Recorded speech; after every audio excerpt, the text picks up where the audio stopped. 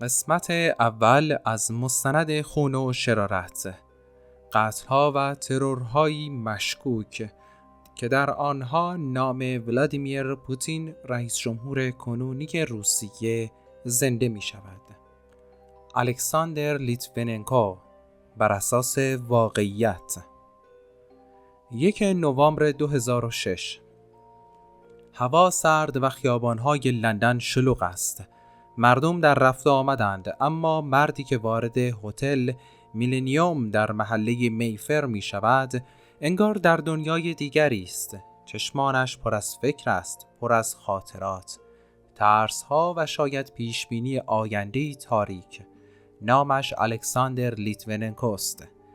او نگاهش را به سالن پذیرایی می اندازد. 2 مرد منتظر او هستند، آندری لوگووی و دمیتری کوفتان. ظاهراً جلسه دوستانه و کاری است، اما فضای جلسه چیزی غیرعادی دارد. سکوتی که انگار پیش از طوفان است. روی میز 1 فنجان چای سبز بخار می کند.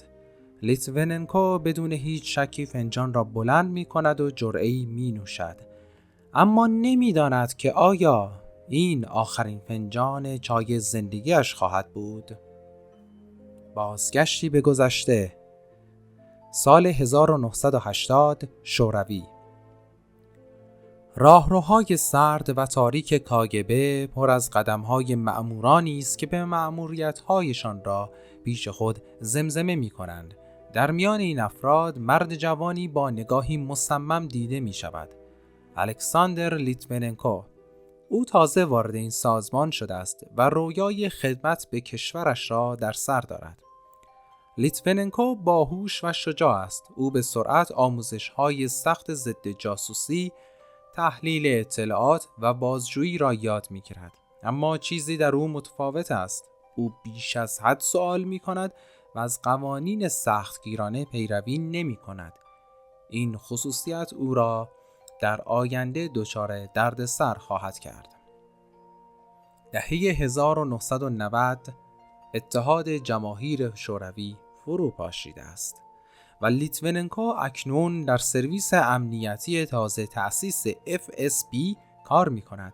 او در بخش مبارزه با جرایم سازمان یافته مشغول است. موفقیت‌هایش در دستگیری اعضای مافیا او را به چهره‌ای شناخته شده تبدیل می کند. اما فساد گسترده در میان همکارانش او را منزجر کرده. او شروع به جمع‌آوری مدارک و افشاگری می کند. تصمیم سرنوشت ساز، افشاگری. سال 1998. یک کنفرانس خبری در مسکو.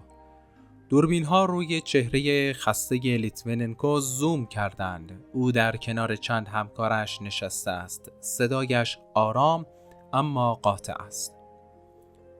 من نمیتوانم بیش از این سکوت کنم. دستورهایی که به ما داده شده غیر قانونی است. ما را مجبور کردند تا افراد بیگناه را بکشیم.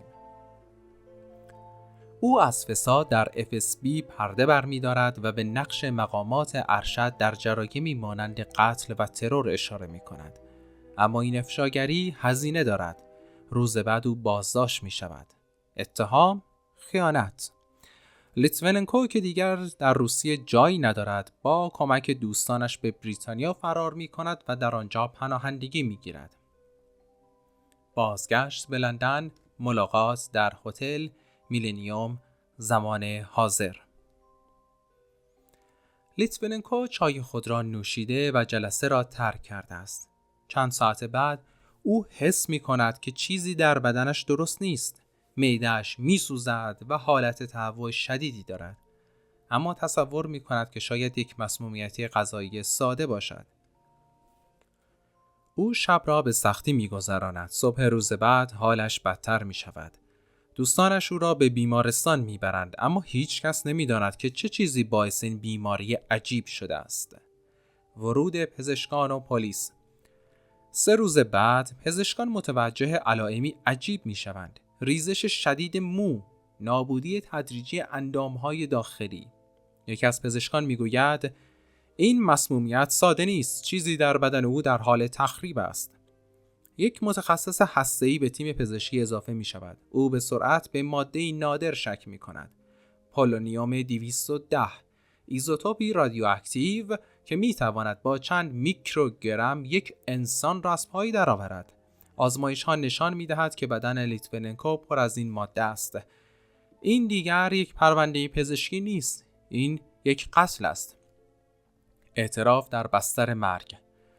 لیتویننکو در بستر بیمارستان دیگر رمقی برای مبارزه ندارد، اما اراده‌اش هنوز زنده است. او به سختی قلم را به دست می‌گیرد و آخرین پیغامش را می‌نویسد. ولادیمیر پوتین، تو این کار را کردی. تو مرا به قتل رساندی. اما من مردی تنها نیستم. حقیقت زنده خواهد ماند. 23 نوامبر 2006، درست 23 روز پس از نوشیدن آن فنجان چای مرگبار، الکساندر لیتویننکو از دنیا می رود. اما داستان او تازه آغاز شده است. پیامدها. رد پای پولونیوم 210 در همه جا یافت می شود. در هواپیمایی که لوگووی و کفتون با آنها پرواز کرده بودند، در هتل‌های محل اقامتشان، حتی در سالن هتل میلینیوم. پلیس بریتانیا آنها را به عنوان مظنونان اصلی معرفی می‌کند، اما روسیه از استرداد آنها خودداری می‌کند. مرگ لیتویننکو به یک رسوایی جهانی تبدیل می‌شود. این قتل نه تنها یک مرد بلکه امنیت جهانی را تهدید کرد. اما آیا عدالت اجرا شد؟ این سوال هنوز بی پاسخ است. پیامدها و خانواده. 23 نوامبر 2006، مارینا لیتویننکو در کنار تخت همسرش نشسته است، دست او را گرفته، اما دیگر گرمایی حس نمی کند. قلب الکساندر از تپش باز ایستاده، اما نگاه مارینا هنوز پر از عزم است. او می داند که مرگ شوهرش فقط یک پایان نیست، این آغاز یک مبارزه است. مارینا به عقب برمیگردد، به روزهای اول زندگیشان در روسیه، به زمانی که الکساندر یک افسر جوان بود و آناتولی پسر کوچکشان تازه به دنیا آمده بود. زندگی ساده‌ای داشتند اما مملو از امید بود. حالا پسری که زمانی با پدرش بازی می‌کرد در گوشه‌ای از بیمارستان ایستاده است. آناتولی فقط 12 سال دارد، اما چهرهش پر از سردرگمی و اندوه است. او نمیتواند بفهمد چرا پدرش دیگر بر نمیگردد. مارینا به آرامی دستش را روی شانه‌های پسرش میگذارد و با صدای آرام اما قاطع میگوید: ما تسلیم نمیشویم. پدرت یک قهرمان بود و ما صدایش خواهیم بود. مارینا، صدای عدالت. در روزهای پس از مرگ الکساندر، مارینا قدم به قدم مسیر همسرش را دنبال می کند. او با رسانه‌ها مصاحبه می کند، به دادگاه‌های بریتانیا فشار می آورد و حتی کتابی درباره زندگی و مرگ همسرش می نویسد. هر جمله‌ای که می گوید مثل پتکی است که بر دیوارهای سکوت فرود می آید. مارینا در مصاحبه‌ای می گوید: الکساندر میدانست که دارد با چه کسانی می جنگد. او میدانست که ممکن است جانش را از دست بدهد، اما هرگز از حقیقت دست نکشید. حالا من این مبارزه را ادامه می دهم. آناتولی، نوجوانی در سایه مرگ پدر. سالها می گذرد. آناتولی که روزگاری پسر بچه‌ای خندان بود، حالا جوانی آرام اما مصمم شده است. او پدرش را به یاد دارد، مردی که به او یاد داد همیشه حقیقت را دنبال کند، حتی اگر به قیمت زندگیش تمام شود. در یک از مصاحبه‌هایش آناتولی میگوید: پدرم به من یاد داد شجاع باشم. او فقط یک پدر نبود، او قهرمان من بود. من هرگز فراموش نمی کنم که او چه کار بزرگی انجام داد. مارینا در یکی دیگر از سخنرانی‌هایش میگوید: الکساندر ممکن است امروز با ما نباشد، اما صدای او خاموش نشده است. هر بار که درباره حقیقت و عدالت حرف میزنم، احساس میکنم که او هنوز اینجا ایستاده است، کنار من. مارینا و آناتولی در کنار هم ایستادند. نگاهشان به آینده دوخته شده، آینده‌ای که شاید هنوز عدالت کامل در آن محقق نشده باشد. اما امید همچنان زنده است. دوستان و همراهان گرامی، در پایان تصاویری از الکساندر لیتویننکو می‌بینید. لازم به یادآوری است که وی پس از مرگ در قطعه مسلمانان گورستان هایگیت در شمال لندن دفن شد که مدفن کارل مارکس، بنیانگذار مکتب فلسفی مارکسیسم، در آنجا هستش. این قطعه بیشتر مختص در واقع مسلمانان هستش.